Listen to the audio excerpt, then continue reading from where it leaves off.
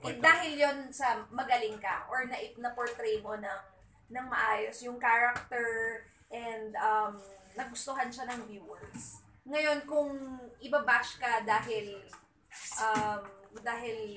hindi mo nagawa ng maayos yung character mo, masakit siya, but it's what they call a constructive criticism.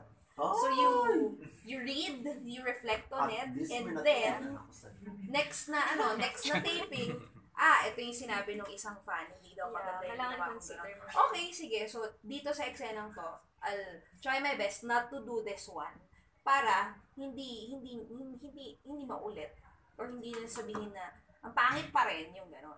So, ngayon, parang lumalabas dalawang kontrabida sa Impostora. You and then si Chris. Actually, sa isang character. parang tatlo ata. Kasi nandun pa si Ate Asunta.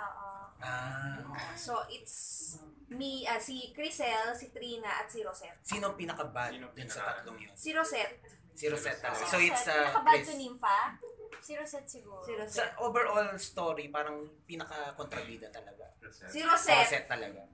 Pero She can kill follow up din sa pagiging kontrabida. Kasi din sa 2007 version, di ba yung character ni Sunshine, tapos si Jean Garcia, meron pang character dun si Miss Jean, yung mag-ina sila kasi dun So yung tutulungan sila na naging kontrabida.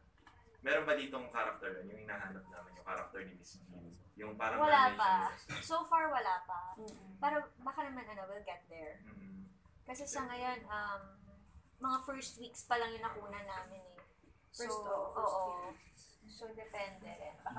Baka nga marami pang binabangan din yung yung talagang inakaman namin, sige, dalawa na to. Gusto mabait na character, pinahirapan nila. Tapos yung kay Asunta, siya yung character ni Miss Chandler Romero dati. Parang ganun, hindi lang siya ginawang nanay. Pinanood mo? Sinusubaybayan ko siya actually. Ako din, solid ka po. Sunshine and Isa. Pati ending na actually, pinirefresh ko pa siya sa YouTube, pinanood ko yung ending. Okay, magpa-story con ka. Hindi. Pero ang panoorin niyo watch the whole show Pero ang panoorin niyo yung movie. Yung movie. Kasi yung movie talaga yung mas malapit. Kasi guys, lalo siya kay Isa. Si Isa kasi ginawang Sunshine. Si Isa Calzado, siya yung parang sinunod yung mukha. Tapos, siya yung synergery para maging Sunshine. Kaya nga parang di ba ikaw dalawa ka kasi. Pero dun sa 2007, Isa and Sunshine talaga. And Isa, ginawang Sunshine. So at the end, si Sunshine na lang. Aray! Yung si Isa na naging Sunshine, siya rin nakatuluyan ni Mark Fernandez. Pero what happened to... So, nawala sa panoorin mo, bakla! Okay, mag-story con tayo. Binigyan mo ng problema. Kaya nga, pinanood ko kasi... Kambal sila doon. Baka yun yung...